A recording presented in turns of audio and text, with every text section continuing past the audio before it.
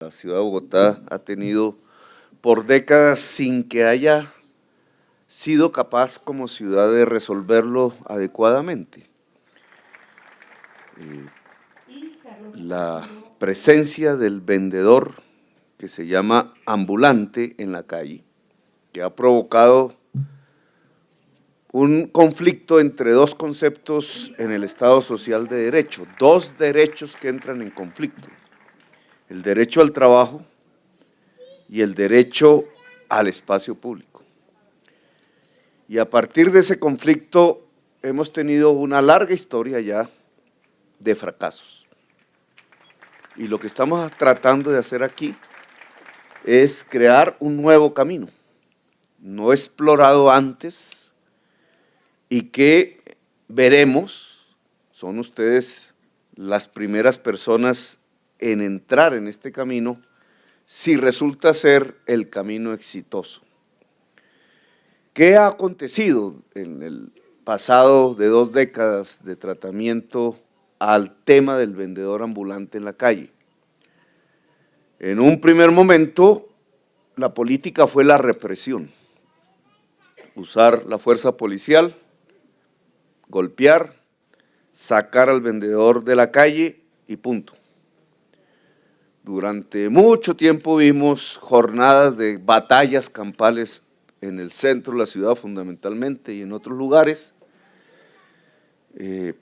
Quienes pregonaban ese tipo de política pensaban que esa era la solución, la represión. Vivíamos incluso antes de la Constitución del 91 y aún después vimos ese tipo de práctica no solamente en Bogotá, sino en muchas ciudades de Colombia. La defensa misma que provino de los vendedores ambulantes llevó a la Corte Constitucional a expedir una serie de sentencias que no es que hayan aclarado mucho el asunto, pero por lo menos visibilizaron que se trataba de 2 derechos en conflicto, el derecho al trabajo, el derecho al espacio público por parte de la totalidad de la ciudadanía y la búsqueda de un camino en donde se pudiera concertar ambos derechos si fuese posible. A partir de allí, el Distrito Capital ensayó otros caminos diferentes a la represión, al bolillo y al gas lacrimógeno y a la incautación de las mercancías, que fue la reubicación.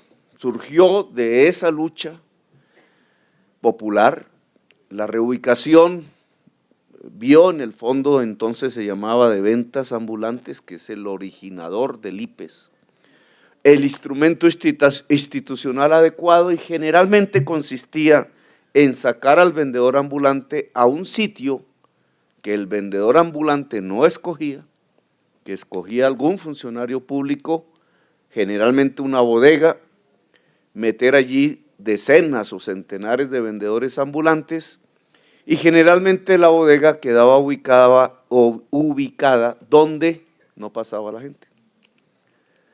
Y entonces venía un problema de empobrecimiento del vendedor adentro. Recuerdo en mi campaña que pasé por Usme, allí hay un sitio de esos, pero parecía una cárcel por dentro y solo habían unos señores muy de edad, prácticamente mirándose la cara unos a otros, tristes, casi que habían convertido ese espacio en una especie de hogar gerontológico, pero sin ningún tipo de cliente que llegara allí a comprar los cachivaches que todavía venden allí o quieren vender allí. Ese tipo de política también fracasó. Y fracasó básicamente, en mi opinión, por una pretensión asistencialista del Estado. El Estado pone el sitio, paga los arriendos si es que se trata de arriendos, o compra, el riesgo lo asume el Estado, el riesgo financiero, el vendedor es llevado allí, reubicado, pero sí no gana lo mismo que ganaba en la calle, rápidamente provoca el uso de ese espacio como bodega y la utilización de nuevo de la calle como espacio real de comercio. Lo cierto es que después de varios años de implementado ese tipo de política que llamamos de reubicación, el problema no ha cedido, sigue el conflicto entre el derecho al trabajo y el espacio público. Al llegar nosotros planteamos una tesis que hasta ahora vamos a ver en la práctica. Y digo hasta ahora porque hemos tenido dos grandes dificultades. La tesis consiste en tratar al vendedor ambulante como lo que es un empresario. Y a partir de allí definimos una política. El vendedor ambulante no es una persona menor en capacidad a otras, es esencialmente un comerciante, aunque hay comerciantes productores, sobre todo en el tema de confecciones. Al ser un comerciante, tiene la misma lógica de cualquier otro comerciante, las mismas procedimientos que llevan a la obtención de una ganancia a través del producto que vende. Tiene un espacio que no le cuesta desde el punto de vista de ser espacio público, aunque ha empezado a surgir desde hace varios años una intermediación que cada vez es más una intermediación mafiosa, que sin ser dueños del espacio le cobran al vendedor ambulante por él. Y entonces hay unos dueños privados del espacio público, cada lugar tiene un nombre propio.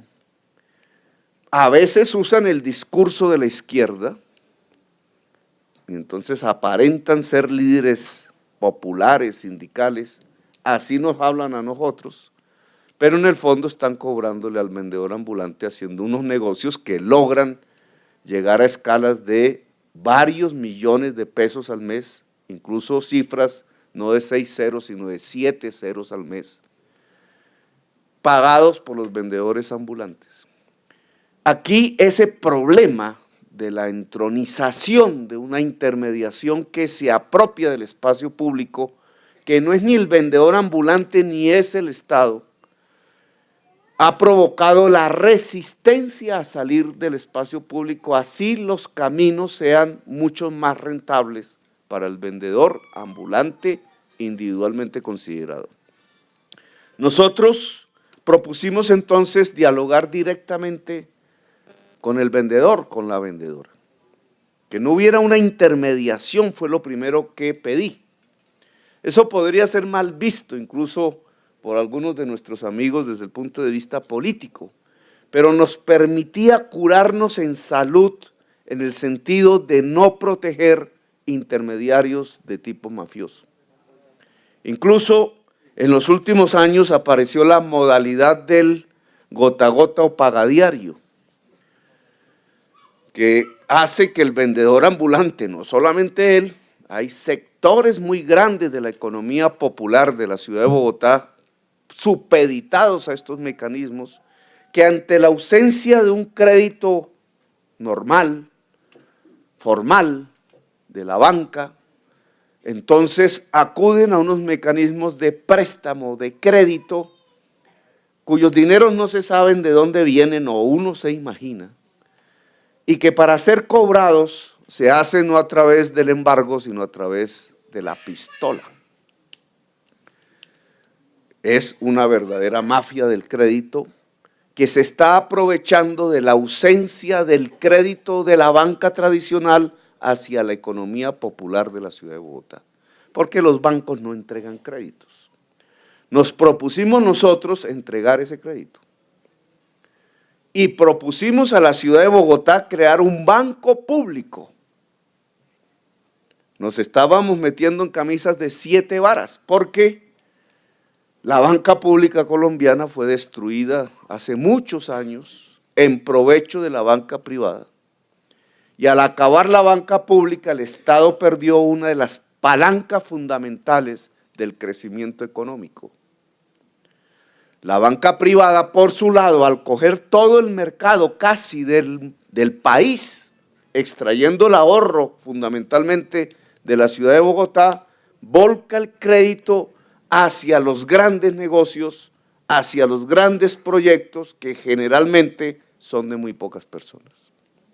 Es decir, la privatización de la banca en exceso ha llevado es a un mecanismo de crecimiento de la desigualdad social. Y como no hay crédito para la economía popular, que es la que explica el 80% de los puestos de trabajo de la ciudad de Bogotá. Hace 2 días nomás estuvimos en el barrio Policarpa, que no es sino recorrerlo. Es una paradoja porque fue fundado por socialistas y lo que hay ahí es puro capitalismo. Son las paradojas de la historia que hemos vivido en el siglo XX y en parte del siglo XXI, pero ¿qué es lo que hay allí? Economía popular, cada casa es un taller. Allí vive la familia y la misma familia hace los blue jeans, las camisas, van al madrugón, generalmente las señoras, y venden a unas cuadras en San Victorino. ¿Dónde está el crédito allí? No hay ni un cajero automático. Eso sí, hay un Salucop donde murió el muchacho de 17 años hace 3 días, pero no hay un cajero automático, no hay un banco. La banca no está en el corazón de la economía real de la ciudad de Bogotá. Y como no está, entonces llega la mafia, que es la que da el crédito, con una peligrosidad en términos de seguridad, tanto para el que recibe ese tipo de préstamos como para el conjunto de la ciudad en general, porque en cierta forma le estamos entregando juventudes, trabajadores, gente laboriosa a unas personas que lo único que saben es matar. Nosotros quisimos entonces meternos allí y construir un banco público de la ciudad de Bogotá. Eso fue un anatema, peor que si hubiera cometido un sacrilegio de tipo religioso. 3 veces el Consejo de la Ciudad negó el proyecto y no pudimos crearlo. 3 años pasaron en esta administración y nuestro famoso Banca Muisca no fue posible crearla y seguirá siendo una bandera y un objetivo de la lucha democrática en la ciudad de Bogotá. Y fue nuestro principal problema. ¿Qué queríamos? Entregarle al vendedor ambulante a su riesgo un crédito con una tasa de interés barata, para que él libremente, individual o asociado, buscara el sitio de la reubicación, no nosotros, con un capital suficientemente importante como para ubicar realmente un sitio que fuese rentable desde el punto de vista comercial, es decir, por donde pasa gente, no por donde no pasa nadie, y que fuese él mismo con su experiencia de comerciante, que lo es, el que ubicara esos lugares, los escogiera y escogiera su actividad de comercio. Es decir, ayudarle al comerciante a ser comerciante saliendo del espacio público. No solamente nuestro principal problema fue el crédito bancario, también nuestros propios funcionarios. Porque durante 3 años en el IPES fue muy difícil llevar a los funcionarios del IPES a pensar que el vendedor ambulante es una persona libre, autónoma y puede asumir sus riesgos y su propio emprendimiento. Finalmente aquí estamos solucionando parte de nuestra tesis.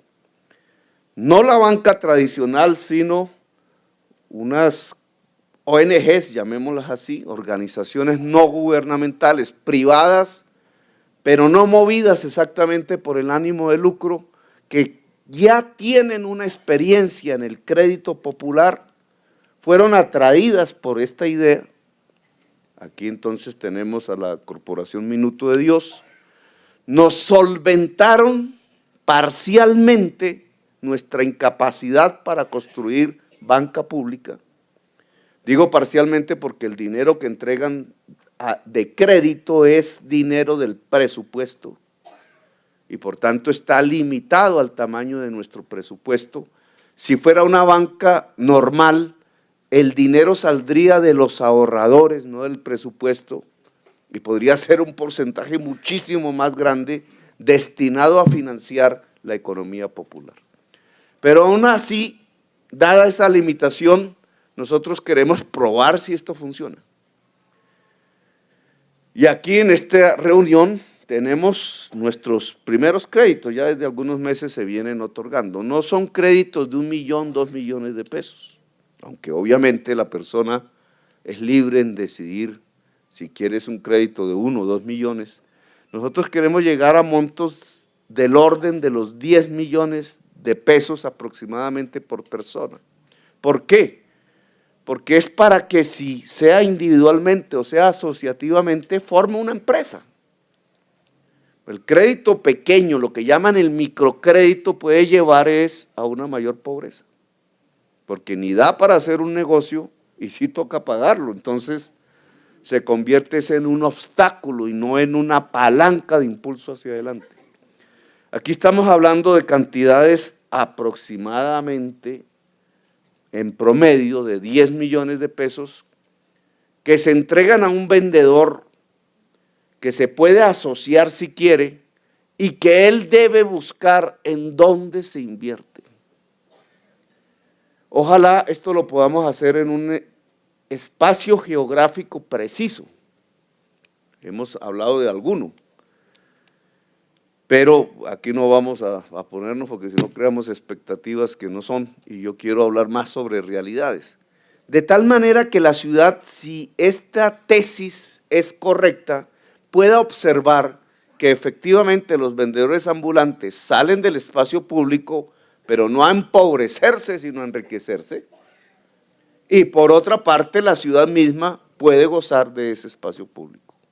Con lo cual, nuestra antigua contradicción vieja de décadas entre el derecho al trabajo y el derecho al espacio público podría resolverse de manera positiva para la ciudad. Si esto lo podemos demostrar, este será el camino hacia adelante.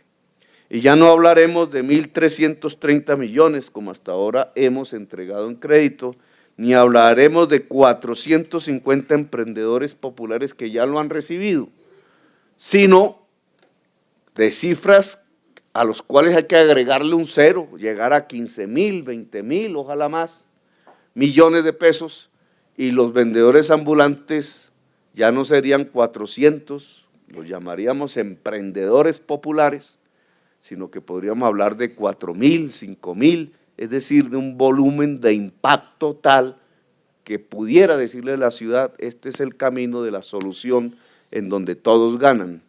Gana el emprendedor popular y gana la ciudad, y los dos derechos se garantizan, que finalmente es el objetivo del Estado Social de Derecho. Bueno, pues aquí prácticamente oficializamos y volvemos público este programa. En unos meses veremos a través de la experiencia concreta de los negocios de ustedes, veremos si funciona, si es mejor, si como se ve en el video ya por algunos de ustedes, efectivamente hay un salto en la calidad de vida de la persona que trabaja y por tanto podemos decirle a la ciudad, con contundencia es el camino real de solución a los problemas derivados de la venta ambulante. Muy amables, gracias.